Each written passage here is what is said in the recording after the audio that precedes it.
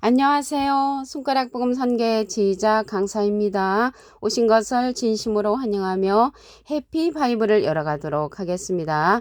오늘 증거드릴 말씀의 제목은요. 764강 사후의 세계라는 제목으로 하나님의 말씀을 나눠보는 시간을 갖도록 하겠습니다. 여기에서 사후라는 것은 죽은 후의 그러한 세계를 말하는 것입니다. 계시록 6장 9절을 보시게 되면 다섯째 인을 떼실 때에 내가 보니 하나님의 말씀과 저희의 가진 증거를 인하여 죽임을 당한 영혼들이 제단 아래에 있다고 했습니다. 그러면 죽임을 당한 영혼들은 순교자들이죠. 그래서 이 순교자들이 제단 아래 다섯째 인을 뗄 때 있다 그랬는데 제단 아래는 아직 천국이 아니죠. 그러면 이 제단 아래에서 이러한 순교자들이 어떠한 일을 벌이고 있냐면 그 다음 기절, 여기 9절이잖아요. 계시록 6장 9절인데 10절에 보시면 큰 소리로 불러 가로되 거룩하고 참되신 대주제요 땅에 거하는 자들을 심판하여 우리 피를 신원하여 주지 아니하시기를 어느 때까지 하시려냐고 호소를 하고 있습니다. 제단 아래에서 이 순교자들이.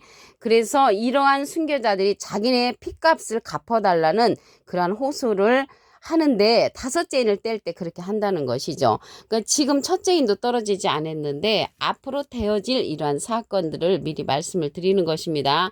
그러면 지금 사후의 세계인데 우리가 죽는 순서대로 우리는 생각하기를 천국에 가고 죽는 순서대로 지옥 간다고 생각하는데 새하늘 새 땅 천국은 창조되어 된다고 했습니다.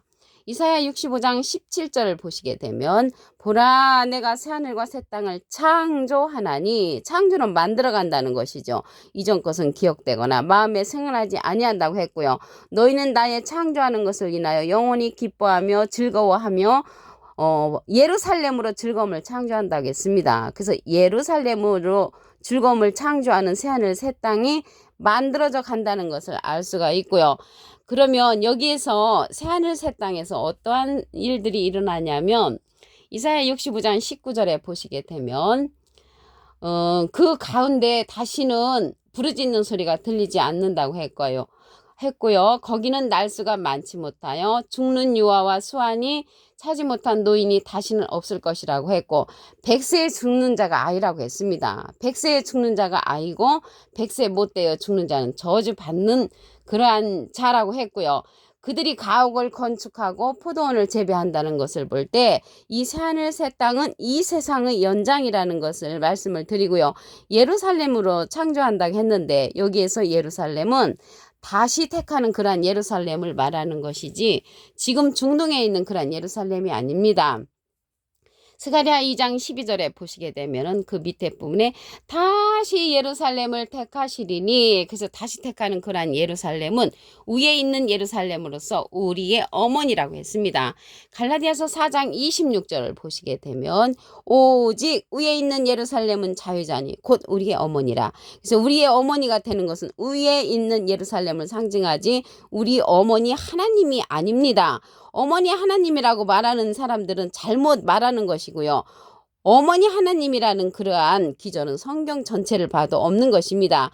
하나님은 스스로 계신 분이라고 출애굽기 3장 14절에 기록되어 있고요. 절대적으로 어머니 하나님이 아니고 위에 있는 예루살렘을 상징한다는 것을 말씀을 드립니다.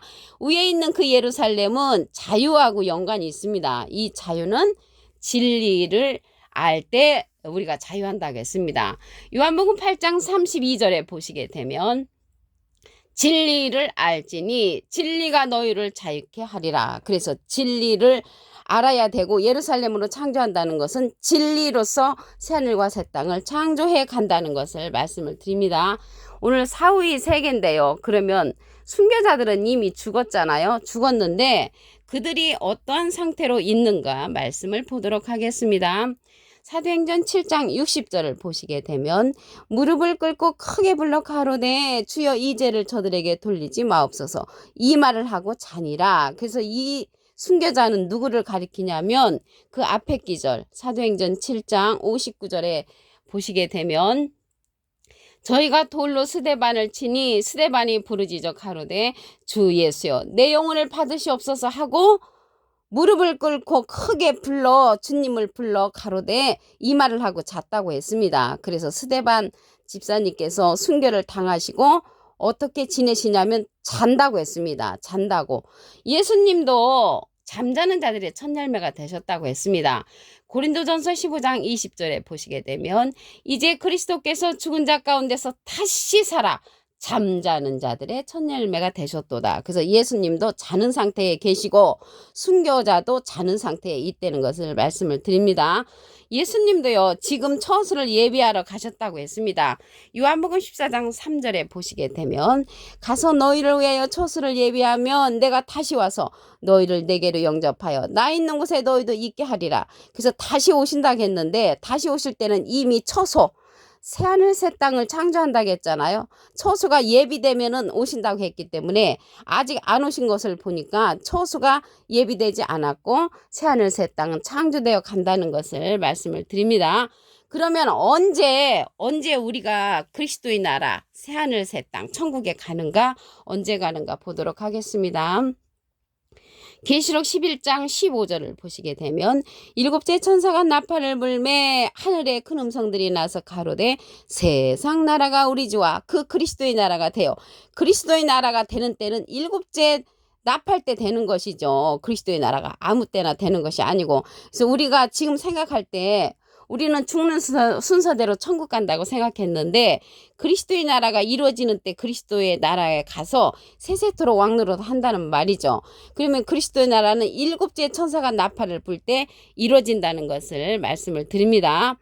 그러면 이 순교자들은 언제 그리스도의 나라에 들어가는가 보겠습니다. 계시록 20장 4절 그 중간에서 보시게 되면 내가 보니 예수의 증거와 하나님의 말씀을 인하여 목뱀을 받은 자의 영혼들과 목뱀을 받은 자의 영혼들은 순교자들 맞지요. 짐승과 우상에게 경배하지 아니하고 그 예표를 받지도 아니한 자들이 살아서 이 살은 자들은 우상에게 경배 안 한 자들은 살은 자 그리스도로 더불어 1000년 동안 왕노릇 한다고 했습니다. 위의 내용하고 비슷한 내용이죠. 그래서 우상에게 경배 안 한 자들하고 목배임을 받은 순교자 영혼들이 한 영을 이루는 것입니다.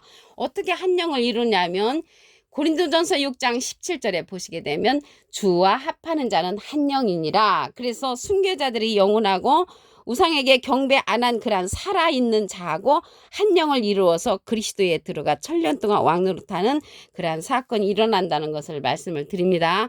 여기 우상에게 경배 안 한 자들이 나왔는데요. 우상은 하박국 2장 18절에 보시게 되면 새긴 우상은 그 새겨 만든 자에게 무엇이 유익하겠느냐 부어 만든 우상은 거짓 스승이라. 그래서 우상은요 거짓 스승 거짓 목자를 상징하는 거지 제사 드리는 거 돌부처 동상이 우상이 아니라는 것을 말씀을 드립니다.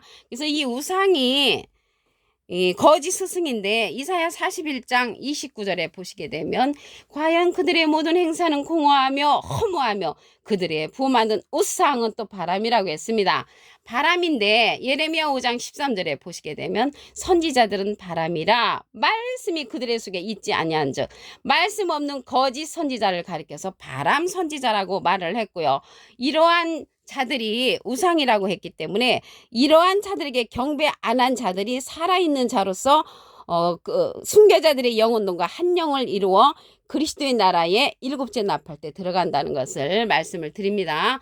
계시록 6장 9절을 다시 한번 보도록 하겠습니다. 다섯째 인을 떼실 때에 내가 보니 하나님의 말씀과 저희의 증거를 인하여 죽임을 당한 영혼들이 제단 아래 있다고 했습니다. 그러면 이 순교자들이잖아요. 죽임을 당한 영혼들은 다섯째 인을 뗄 때 제단 아래 있다는 것을 볼 때 지금 첫째 인도 떨어지지 않았잖아요. 그래서 제단 아래 있어서 어떠한 일을 하고 있냐면 우리 피를 신원하여 달라고 호소를 합니다. 그래서 자기네들 피값을 갚아달라고 호소하는 때가 다섯째 인을 뗄 때니까 아직 천국에 가지 않았다는 것을 알 수가 있습니다. 천국은 창조된다고 했습니다. 이사야 65장 17절에 보니까 보라 내가 새하늘과 새 땅을 창조하나니 이전 것은 기억되거나 마음에 생각나지 아니할 것이라 너희는 나의 창조하는 것을 인하여 영원히 기뻐하며 즐거워하고 예루살렘으로 창조한다고 했습니다. 그래서 여기에서 예루살렘으로 창조를 하는데 예루살렘은 다시 택하는 예루살렘이라고 했습니다. 스가랴 2장 11절에 보시게 되면은 그 밑에 부분에 다시 예루살렘을 택하시리니 스가랴 1장 17절에도 예루살렘을 다시 택한다고 했고요.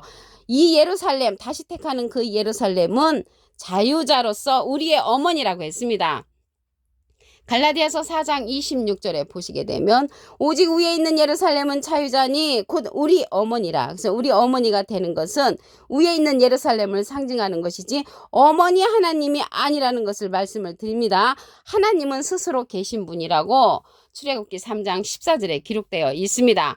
우리가 자유를 누리는 우리 어머니가 되는 그 위에 있는 예루살렘은 요한복음 8장 32절에 보시게 되면 진리를 알지니 진리가 너희를 자유케 하리라. 그래서 진리로 말미암아 창조되어 가는 새하늘 새 땅이라는 것을 말씀을 드립니다. 그러면 이 순교자들이 어떤 상태로 있는가 말씀을 보겠습니다. 사도행전 7장 60절을 보시게 되면 무릎을 꿇고 크게 불러 가로되 주여 이 죄를 저들에게 돌리지 마옵소서 이 말을 하고 자니라. 이거는 스데반 집사님께서 돌로 맞으시고 순교를 하실 때 이 말을 하고 자니라. 그래서 자는 상태로 있다는 것입니다. 이 순교자들 죽은 후에 그 예수님도 잠자는 자들의 첫 열매가 되셨다고 했습니다. 고린도전서 15장 20절에 보시게 되면 이제 그리스도께서 죽은 자 가운데서 다시 살아 잠자는 자들의 첫 열매가 되셨도다. 그래서 죽은 자들은 지금 순교자들과 함께 죽은 자들은 잠자는 상태로 있는 것이지 지금 죽은 순서대로 천국에 간 것이 아니라는 것을 말씀을 드립니다. 예수님도 처수를 예비하러 가셨다고 했습니다. 요한복음 14장 3절을 보시게 되면 가서 너희를 위하여 처수를 예비하면 내가 다시 와서 너희를 내게로 영접하여 나 있는 곳에 너희도 있게 하리라. 그래서 처수를 예비하러 가셨는데 이 처수가 새하늘 새 땅을 창조하는데 진리로서 창조한다는 것을 말씀을 드립니다. 아무 때나 가는 것이 아니고 일곱째 천사의 납할 때 그리스도의 나라가 이루어진다고 했습니다. 계시록 11장 15절을 보시게 되면 일곱째 천사가 나팔을 불매 하늘에 큰 음성들이 나서 가로되 세상 나라가 우리 주와 그 그리스도의 나라가 되어 그리스도의 나라가 되는 때는 일곱째 천사가 나팔을 불 때 된다는 것을 말씀을 드리고요. 아무 때나 죽는 순서대로 가는 것이 아니라는 것을 말씀을 드립니다.